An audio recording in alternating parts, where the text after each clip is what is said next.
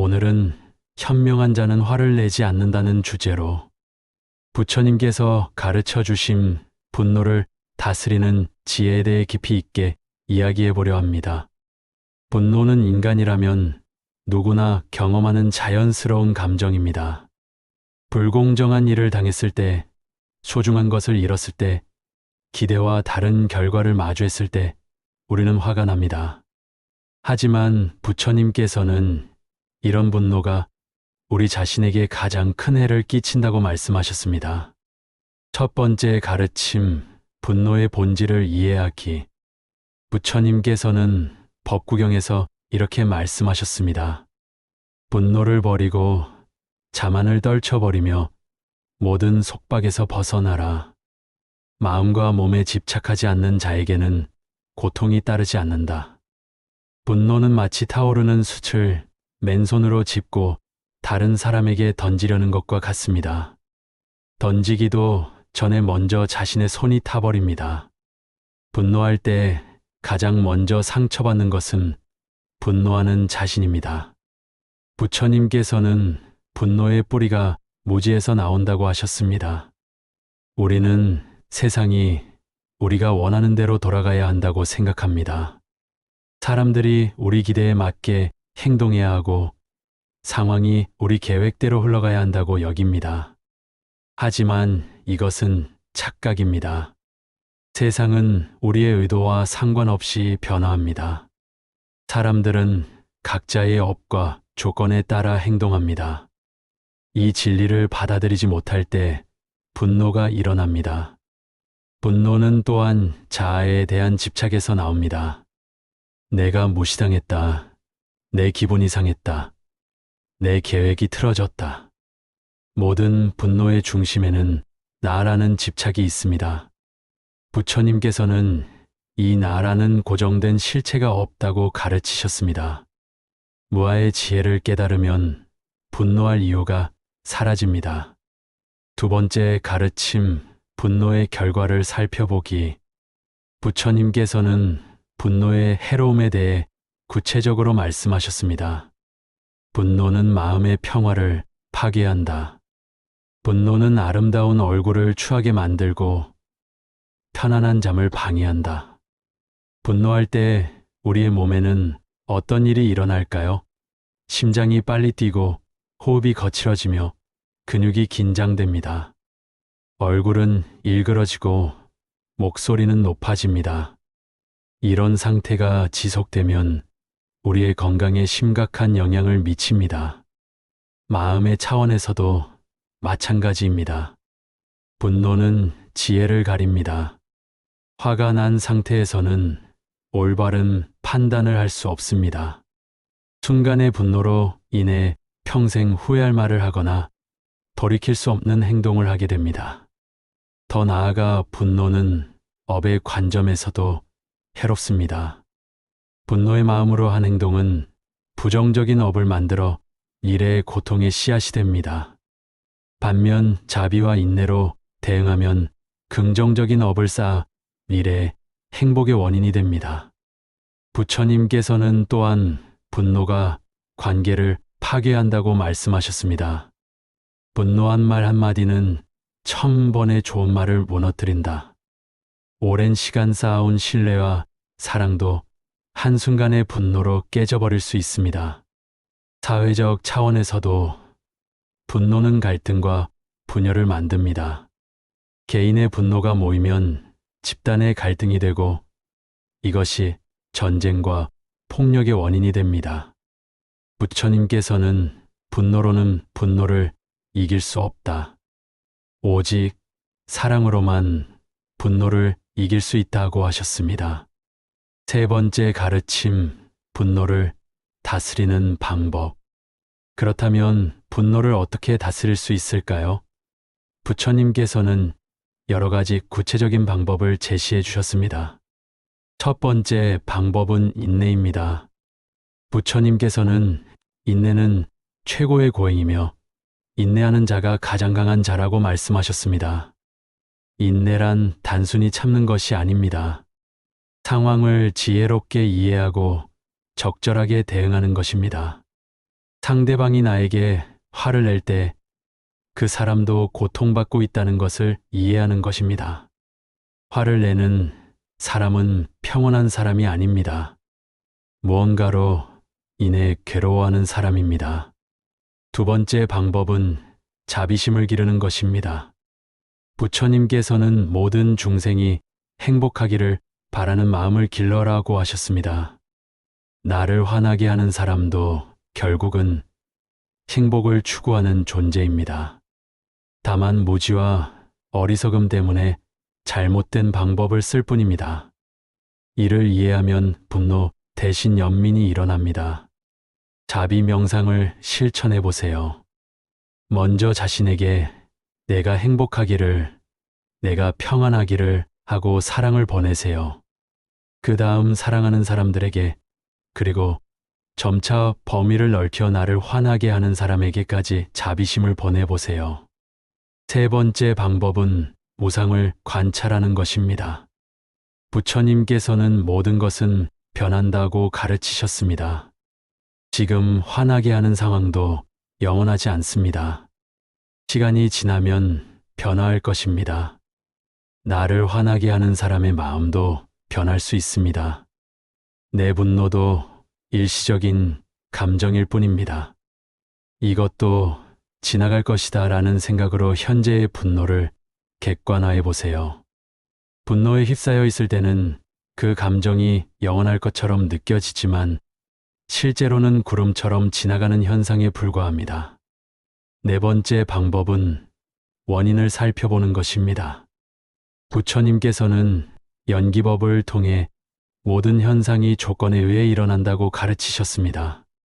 상대방이 나에게 화를 내는 데에는 반드시 원인이 있습니다. 그 사람의 과거 경험, 현재의 스트레스, 개인적인 고민들이 복합적으로 작용한 결과입니다. 이를 이해하면 개인적으로 받아들이지 않게 됩니다. 내가 화를 내는 것도 마찬가지입니다. 피로, 스트레스, 기대의 좌절 등이 복합적으로 작용한 결과입니다. 원인을 파악하면 보다 지혜롭게 대처할 수 있습니다. 다섯 번째 방법은 정념, 즉 마음 챙김입니다. 부처님께서는 깨어있음이 불사의 길이라고 하셨습니다. 분노가 일어날 때 그 감정을 있는 그대로 관찰해 보세요. 지금 분노가 일어나고 있구나, 가슴이 뜨거워지고 있구나, 주먹이 꽉 쥐어지고 있구나 라고 알아차리세요. 이렇게 관찰하는 순간 분노와 자신 사이에 공간이 생깁니다. 분노에 완전히 휩싸이는 대신 한 걸음 뒤로 물러서서 바라볼 수 있게 됩니다. 네 번째 가르침, 분노 대신 지혜로운 대응. 부처님께서는 분노를 억누르라고 하지 않으셨습니다. 대신 지혜로운 대응을 하라고 하셨습니다. 성내지 않음으로 성냄을 이기고, 선함으로 악함을 이기며, 배품으로 인색함을 이기고, 진실함으로 거짓을 이겨라. 이것이 부처님께서 제시하신 적극적 평화의 방법입니다. 단순히 분노하지 않는 것이 아니라 자비와 지혜로 상황을 변화시키는 것입니다. 구체적으로 어떻게 실천할 수 있을까요? 먼저 즉각적인 반응을 피하세요. 화가 날 때는 일단 멈추세요. 3번 깊게 숨을 쉬고 마음을 가라앉히세요. 부처님께서는 성급한 말은 후회를 가져온다고 하셨습니다. 그 다음 상황을 객관적으로 바라보세요. 내가 지금 화를 내면 어떤 결과가 생길까요? 이것이 정말 중요한 일일까요? 1년 후, 10년 후에도 이 일이 중요할까요? 상대방의 입장에서 생각해 보세요. 왜 그 사람이 그런 행동을 했을까요? 어떤 고통이나 어려움이 있을까요? 이해한다고 해서 모든 것을 용서하라는 뜻은 아닙니다. 다만 분노보다는 지혜로운 대응을 할 수 있게 됩니다. 필요하다면 단호하되 자비로운 마음으로 대화하세요. 당신의 말이 나에게 상처가 되었습니다. 앞으로는 서로 더 존중하는 방식으로 소통했으면 좋겠습니다. 이렇게 말하면 상대방도 방어적이 되지 않고 대화가 가능합니다. 때로는 그냥 떠나는 것이 최선의 선택일 수도 있습니다. 부처님께서도 바보와 논쟁하지 말라고 하셨습니다. 모든 상황에서 맞서 싸울 필요는 없습니다. 지혜로운 사람은 언제 물러날지도 압니다. 5번째 가르침, 분노를 지혜로 전환하기. 부처님께서는 분노도 지혜로 전환할 수 있다고 가르치셨습니다. 분노 자체가 나쁜 것이 아니라 그것을 어떻게 다루느냐가 중요합니다. 정의로움, 분노는 있을 수 있습니다. 불의를 보고 분노하는 것은 자연스러운 반응입니다. 문제는 그 분노를 개인적 감정으로 남겨두느냐 아니면 세상을 바꾸는 동력으로 승화시키느냐입니다. 부처님께서도 중생의 고통을 보시고 깊은 분노를 느끼셨습니다. 하지만 그 분노를 증오로 발전시키지 않으셨습니다. 대신 모든 중생을 고통에서 구하겠다는 자비의 서원으로 승화시키셨습니다. 우리도 마찬가지입니다. 사회의 불의에 분노할 때 그 에너지를 건설적인 행동으로 바꿀 수 있습니다. 개인적인 상처에서 오는 분노도 자기 성장의 기회로 삼을 수 있습니다. 왜 나는 이 일에 이렇게 화가 날까? 하고 자문해 보세요. 그 안에서 자신의 집착이나 기대를 발견할 수 있습니다. 이를 통해 더 자유로워질 수 있습니다.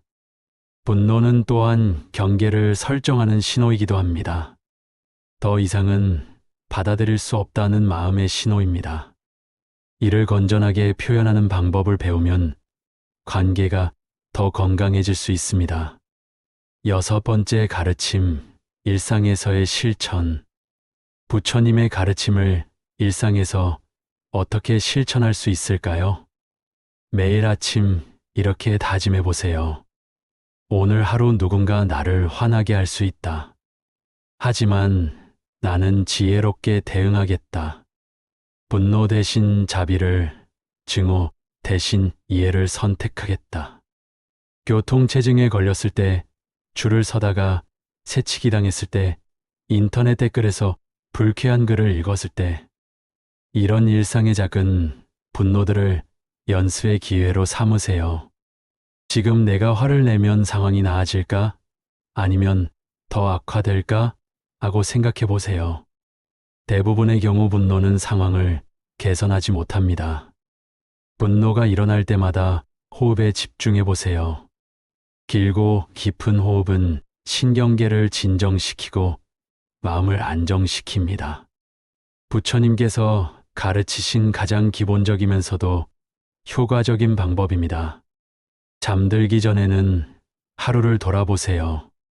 오늘 나는 어떤 상황에서 화를 냈나? 다음에는 어떻게 다르게 대응할 수 있을까? 이런 성찰을 통해 점차 지혜가 쌓입니다. 분노 일기를 써보는 것도 좋습니다. 무엇이 나를 화나게 했는지, 그때 어떤 생각과 감정이 들었는지, 실제로 어떻게 행동했는지, 다음에는 어떻게 하고 싶은지 기록해 보세요. 자비 명상을 정기적으로 실천하세요. 나를 화나게 하는 사람들을 위해서도 기도해 보세요. 그 사람도 행복하기를, 그 사람의 고통이 줄어들기를 하고 진심으로 기원하다 보면 마음이 부드러워집니다. 마무리 현명함의 진정한 의미. 현명한 자는 화를 내지 않는다는 말의 진정한 의미는 무엇일까요? 그것은 감정을 억누르는 것이 아닙니다. 상황을 지혜롭게 파악하고 적절하게 대응하는 것입니다. 부처님께서는 말씀하셨습니다. 분노를 버린 사람에게는 밤낮으로 안락함이 따른다. 그는 타오르는 불길이 없어 시원하고 독이 없어 행복하다. 현명한 사람은 분노할 이유가 적습니다. 세상을 있는 그대로 받아들이고 다른 사람의 한계를 이해하며 자신의 기대를 조절할 줄 알기 때문입니다. 설령 화가 나더라도 그 감정에 휘둘리지 않습니다. 분노를 관찰하고 이해하고 지혜롭게 대응합니다. 이것이 진정한 강함입니다. 부처님께서는 또한 자신을 다스리는 것이 남을 다스리는 것보다 어렵다고 하셨습니다. 분노를 다스리는 것은 쉽지 않습니다. 하지만 지속적으로 연습하면 반드시 가능합니다. 매 순간 선택이 있습니다. 분노할 것인가, 지혜로운 대응을 할 것인가, 증오할 것인가, 이해하려고 노력할 것인가, 복수할 것인가, 용서할 것인가, 현명한 선택을 하는 것, 그것이 바로 부처님의 가르침을 따르는 것입니다. 마지막으로 부처님의 말씀으로 오늘의 이야기를 마무리하겠습니다. 분노하지 않는 자가 분노하는 자를 이기고 선을 행하는 자가 악을 행하는 자를 이기며 베푸는 자가 인색한 자를 이기고 진실한 자가 거짓된 자를 이긴다. 여러분의 마음에 분노 대신 지혜가, 증오 대신 자비가 자리하기를 기원합니다. 현명한 선택들이 모여 평안하고 행복한 삶을 만들어 가시기를 바랍니다. 오늘도 부처님의 가르침과 함께 해주셔서 고맙습니다.